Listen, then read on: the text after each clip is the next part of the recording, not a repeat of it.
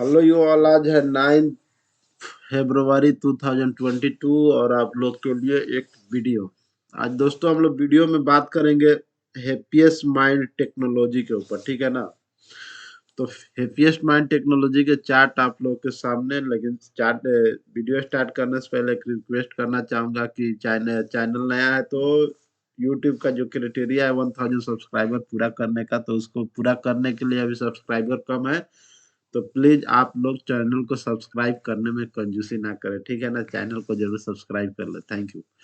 तो हम लोग आज देख रहे हैं कि पीआई इंडस्ट्रीज का जो ओपन प्राइस है वो पूरा 1100 पर ओपन हुआ है पीआई इंडस्ट्रीज, ठीक है ना। उसके बाद पूरा 1100 पर ओपन हुआ है, मतलब अपने यस्टरडे के लो, जहां लो बनाया था उसके ऊपर ओपन होते हुए दिखाई दिया है, लेकिन वहां से नीचे लुढ़का है, ठीक है ना। और हाई बनाया है 1115 का और लो बना दिया 1091 का। तो लगभग बहुत ज्यादा कोई वोलेटाइल नहीं रहा, लेकिन ऊपर से नीचे की तरफ थोड़ा ज्यादा गिरा है, ठीक है। तो अभी जो आप देख रहे हैं 0.49% का तेजी है, जो 5 रुपए 40 पैसा का तेजी है। और लगातार इसमें गिरावट चल रहा है, ठीक है ना। ये मुझको लगता है जुलाई का महीना है, ठीक है ना। 16 जुलाई दिखा रहा है 2021, जब ये हाई मार के आया है लगभग 1580-75 रुपया का रेंज का।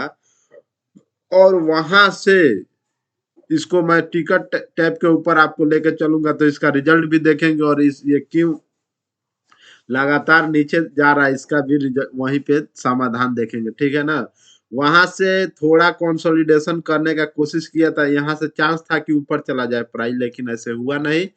लगातार नीचे की तरफ लगातार कमजोरी, और यहाँ पर तो सारे कंसोलिडेशन को काट करके पूरी तरह से ध्वस्त होते हुए नीचे दिखाई दे रहा है।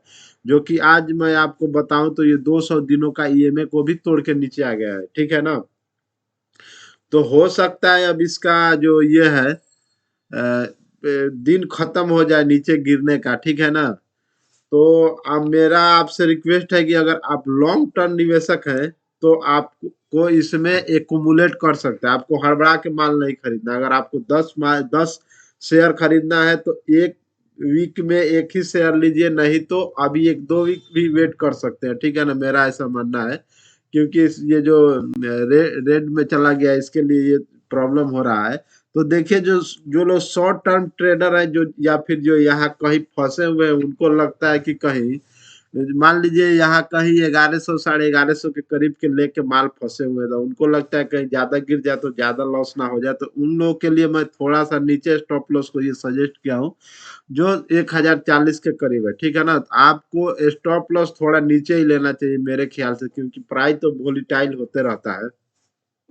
लेकिन मैं इसका आज रिजल्ट चेक किया तो रिजल्ट दिसंबर का आ चुका है, क्वार्टर 3 का। तो मुझको अच्छा ही रिजल्ट लगा। रेवेन्यू में अंदर रेवेन्यू और नेट प्रॉफिट में मुझको ग्रोथ दिखाई दिया, इसके लिए मैं सोचा आप लोग का इधर माइंड थोड़ा अट्रैक्टिव किया जाए, ठीक है ना। तो आप देख सकते हैं कि लगातार गिरावट, ये लगभग जोड़ा जाए तो 7 महीना, तो उधर 5-6 महीना से लगातार गिरावट ही चल रहा है। मुझको लगता है कि इसमें कंसोलिडेशन बढ़िया हो चुका है और गिरावट खत्म होना चाहिए, जबकि रिजल्ट भी सही आया है। पिछले दिनों आप देख रहे थे कि जो ये भी आईटी सेक्टर का कंपनी है, तो आईटी सेक्टर का कंपनी का ऐसा ही हालत खराब है। तो इसमें भी बड़ी गिरावट देखने कोई बड़ी बात नहीं है, ठीक है ना। तो मुझे ख्याल है कि अब इसको सपोर्ट मिलना चाहिए और ये ऊपर की तरफ जाते हुए दिखाई देना चाहिए। लेकिन अपना भी रिसर्च करने के बाद ही कहीं पोजीशन बनाइएगा, मेरा ऐसा आपको एडवाइस है। और अपने फाइनेंशियल एडवाइजर से राय लेने के बाद ही कोई कदम उठाएगा। लेकिन जो जो जो लोग हो सकता है कि फंसा हुआ महसूस कर रहे होंगे, ठगा हुआ महसूस कर रहे होंगे, 10 साढ़े 10 सौ के करीब या 1150 के करीब, 10.5 सौ तो नहीं, मेरा मतलब 1150 के करीब में, अगर 1150-60 के करीब में प्राइस पे माल उठाए और फंसा हुआ महसूस कर रहे हैं, तो उन लोग के 1040 रुपया के करीब मेरा स्टॉप लॉस मैं लगा के रखा हूं उन लोग के लिए। जो ये ब्लैक कलर का लाइन है, जहाँ पे कर्सर ले जाने के बाद रेड कलर दिखाई दे रहा है, यहाँ पे वो लोग क्या कर सकते हैं, स्टॉप लॉस ले सकते हैं, मेरा जितना ख्याल है, ठीक है ना। लेकिन अगर आप लॉन्ग टर्म निवेशक है, 1 साल से ज्यादा के दिनों के लिए निवेश करते हैं, अपने देखिए आप लोग पैसा निवेश करते हैं तो आप अपना खर्चा का पैसा या कोई इमरजेंसी पैसा जो अपने रखे हैं हेल्थ वगैरह के लिए, उसको आपको स्टॉक मार्केट में निवेश नहीं करना है। देखिए स्टॉक मार्केट ठीक है, निफ्टी फिफ्टी ऊपर जा रहा है, लेकिन जो पर्टिकुलर प्राइस है, ये पर्टिकुलर कोई शेयर है वो नीचे जा रहा है, तो इसमें हम लोग क्या होता है, ट्रैप हो जाते हैं, फंस जाते हैं, बाद में हम लोग को घबरा करके उसमें लॉस बुक करना पड़ता है। लेकिन आप अपने फ्री पैसा को स्टॉक मार्केट में डालेंगे, ओके ठीक है, मुश्किल नहीं तो आप 1 साल कम से कम छोड़ सकते हैं कि भाई जो मेरा मूलधन है वो तो मुझको लौटा दो, ठीक है ना। तो इसके लिए मूलधन तो आपको लौटेगा अगर बढ़िया रिसर्च करके बढ़िया कंपनी में पैसा डाले रहिएगा तो, लेकिन आपको उसमें रिटर्न भी मिल के लौटेगा, मेरा जितना अनुमान है, ठीक है ना।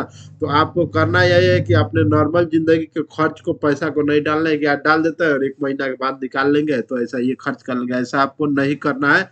अगर आप लॉन्ग टर्म निवेशक हैं तो, अगर शॉर्ट टर्म निवेशक जो लोग होते हैं वो छोटा स्टॉप लॉस लेके काम करते हैं, अगर 200-400 का नुकसान हुआ तो हुआ और निकल जाते हैं, ठीक है ना। तो मैं आपके साथ में आरएसआई का लेवल भी प्रेजेंट करना चाहूंगा। आरएसआई का देखिए लेवल एकदम ओवरसोल्ड हो चुका है, ठीक है ना। और एमएससीडी का जो लाइन है और सिग्नल लाइन है वो करीब चलते हुए दिखाई दे रहे हैं, कभी भी काट के ऊपर आने का कोशिश कर सकता है मुझे जहां तक लगता है। और आरएसआई का लेवल आप देख सकते हैं 29.73 है, सॉरी 37 है। तो यहाँ पे आपको एक तरह से सेकेंड टाइम ओवरसोल्ड होते हुए दिखाई दे रहा है, जो 200 डेज ईएमए के नीचे है। तो हो सकता है कि सपोर्ट मिल जाए और हो भी सकता है कि नीचे तोड़ के आ जाए। तो मेरा आपसे प्रबल अनुमान है कि 1040 के करीब आपको, अगर शॉर्ट टर्म निवेशक है तो स्टॉप लॉस लेकर चलना चाहिए, अगर लॉन्ग टर्म निवेशक है तो 1 वीक में आपको एक ही शेयर इसमें खरीदना चाहिए, और गिरावट 2-3%, 4-5% हो जाए और, तो आपको ज्यादा पैनिक नहीं करना चाहिए, क्योंकि आने वाले दिनों में ये जरूर ऊपर की तरफ जाते हुए दिखाई देगा, ठीक है ना। तो मैं सामने आपके मंथली चार्ट को ओपन करूंगा और देखिए मंथली चार्ट जैसे मैं आपको बता रहा था, करीब 6 महीना से गिरावट चल रहा है। तो 1, 2, 3, 4, 5, 6 महीना से लगभग गिरावट चल रहा है। उसके पहले भी बढ़िया तेजी नहीं दिखाई दिया था, ठीक है ना। छोटा कैंडल बना है, ग्रीन मंथली चार्ट है। और ये आप चार्ट देख रहे हैं, छोटा ही चार्ट है क्योंकि कंपनी बहुत पुरानी नहीं है, तो ये मंथली चार्ट इतना ही है, ठीक है ना। तो शुरू के दिनों में बहुत बढ़िया चला है, 2-3 महीना को छोड़ दिया जाए, और इसका लिस्टिंग भी बढ़िया प्राइस पे हुआ था, ठीक है ना। लेकिन अभी जो ये ज्यादा तेजी चलने की वजह से इसको थोड़ा प्रॉब्लम हो गया है। तो देखिए यहाँ जो आप ये ब्लैक कलर का लाइन देख रहे हैं, जहाँ कर्सर ले जाने के बाद रेड हो रहा है, इसको मंथली चार्ट के ऊपर के हिसाब से और डेली चार्ट के ऊपर के हिसाब से ही मैं बनाया हूँ कि अगर काट करके नीचे आए, क्योंकि देखिए ऑलरेडी प्राइस बहुत कमजोर है, ठीक है ना। और ये 9 डेज के ईएमए के पास नीचे क्लोजिंग दिया है, तो हो सकता है ज्यादा प्राइस में कमजोरी आए तो ये ज्यादा मुश्किल हो सकता है, ज्यादा दिन आपको फंसना पड़ सकता है। इसके लिए कि अगर जो लॉन्ग टर्म निवेशक है तो वो लोग स्टॉप लॉस खास नहीं लेते हैं, ठीक है ना। लेकिन जो शॉर्ट टर्म निवेशक है वो स्टॉप लॉस लेके ही काम करे तो बढ़िया है। यहाँ पे आरएसआई का लेवल देखिएगा तो अभी भी 71% का दिखाई दे रहा है, जो अभी भी ओवरबॉट का संकेत है। तो हो सकता है कुछ दिनों तक अभी कंसोलिडेशन कर सकता है, या फिर प्राइस ऊपर की तरफ निकलने का कोशिश भी कर सकता है। तो फिर आपके सामने एक मंथली डेली चार्ट आपके सामने लगा रखा हूँ। देखिए 200 दिनों के ईमे के पास प्राइस को सपोर्ट मिलना चाहिए, मेरा जितना अनुमान है, ठीक है ना। और सीधे आपको मैं टिकट टैब के ऊपर लेकर चलने का कोशिश करूंगा। जो आप दिखाई दे रहा है यहाँ पे 1096 रुपया का भाव दिखाई दे रहा है, 5 रुपया का तेजी और 0.49% का तेजी जो दिखाई दे रहा है। तो मैं इसमें सबसे पहले शेयर होल्डिंग पैटर्न देखना चाहूंगा। देखिए इसमें शेयर होल्डिंग पैटर्न में टोटल प्रमोटर होल्डिंग 53.25% और म्यूचुअल फंड हल्का सा निवेश करके बैठे हैं 1.28%, ठीक है ना। और अदर जो डोमेस्टिक इन्वेस्टर है वो मात्र 0.44%, और जो फॉरेन इन्वेस्टर है वो लोग अच्छे स्टेक लेके बैठे हैं लगभग 7% के करीब, और जो हम और आप जैसे रिटेल निवेशक हैं 38% से ज्यादा का स्टेक लेके बैठे हैं, ठीक है ना। तो मैं साथ ही आपको फोरकास्टिंग पहले दिखाना चाहूंगा, उसके बाद फाइनेंशियल पे लेके चलूंगा। देखिए मात्र एक एनालिस्ट का राय है, जिसका जो इसमें राय दिए हैं एनालिस्ट, उनका मानना है कि आपको इसमें पैसा इन्वेस्ट करना चाहिए, मतलब बाइंग करना चाहिए। जो हायर साइड के ऊपर दिखाई दे रहा है वो प्राइस है 43% का, 1566 रुपया हायर साइड के ऊपर फरवरी 2023 के लिए। और मीडियम पे देखा जाए तो वही है, सेम है, ₹1566 और ₹1566 डाउन पर भी दिखाई दे रहा है एक साल आगे के लिए। अगर एक साल आगे के लिए ये 43% का रिटर्न दिखाई दे रहा है, तो मुझको लगता है कि आपको अगर 40% या 35% भी साल में मिल जाता है, तो आपको बुरा नहीं मानना चाहिए। जो लॉन्ग टर्म निवेशक है वो जानते हैं कि रीजनेबल ही आपको रिटर्न का उम्मीद करना चाहिए, नहीं तो पैसा फंसाने के चक्कर में ज्यादा मतलब रिटर्न के चक्कर में पैसा फंसाने का गलती मत करिए।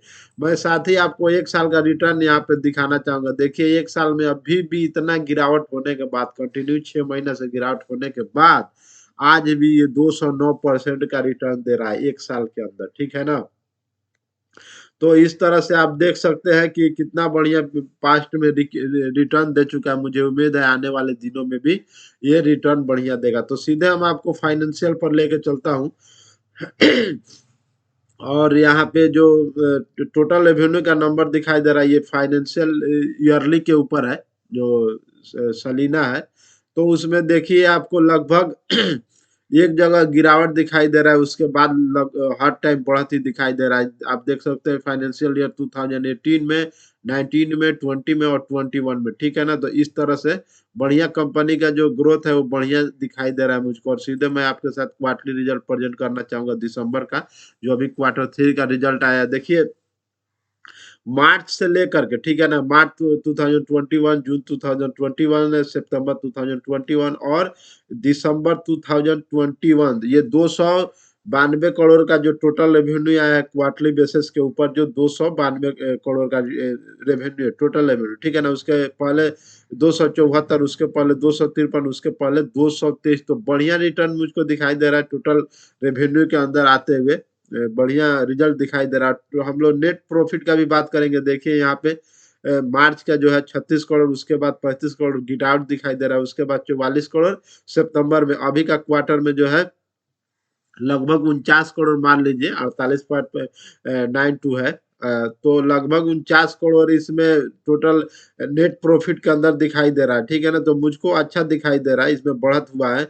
और ईपीएस में भी देखिए आप 3.44%, 44 पॉइंट का भी ईपीएस में बढ़त दिखाई दे रहा है ना, अर्निंग पर शेयर में। तो मुझको लगता है कि आपको इसमें अगर लॉन्ग टर्म निवेशक है आप, तो इसमें आपको बहुत ज्यादा डरने की बात नहीं है। मुझको लगता है कि जल्द ही आपको रिटर्न दिखाई दे, रिटर्न ही जल्द इसमें आपको दिखाई देने वाला है, ठीक है ना। लेकिन आपको थोड़ा पेशेंस रख सकते हैं, तभी इसमें आप निवेश करिए, ठीक है। तो मैं इस पे सर्च कर लेता हूँ हैप्पीएस्ट माइंड को, और देखिए मेरे स्क्रीन पे आ गया हैप्पीएस्ट टेक्नोलॉजी। और इसमें हम लोग ये देखेंगे कि इसमें कितना डिलीवरी उठाया गया है। देखिए आज 9 फरवरी, अभी 3 बजे तक का ही आंकड़ा आया हुआ है। मेरे कर्सर के पास देख सकते हैं 15 जो दिखाई दे रहा है, ये 3 बजे तक का आंकड़ा है। उसमें 3:30 बजे तक आने में घट भी सकता है, बढ़ भी सकता है। जिसमें 1,21,976 टोटल क्वांटिटी ऑफ ट्रेड हुआ है, जिसमें से 82,183 को डिलीवरी के लिए उठाया गया, जो ऑलमोस्ट 67% डिलीवरी उठाया गया। तो मुझको बढ़िया दिखाई दे रहा है, ठीक है ना। तो इसमें गिरावट इसलिए कंटिन्यू है कि मैं आपको दिखा नहीं पाया। गिरावट इसलिए कंटिन्यू है कि गिरावट इसलिए कंटिन्यू है कि यहाँ पे प्रॉब्लम ये हो रहा है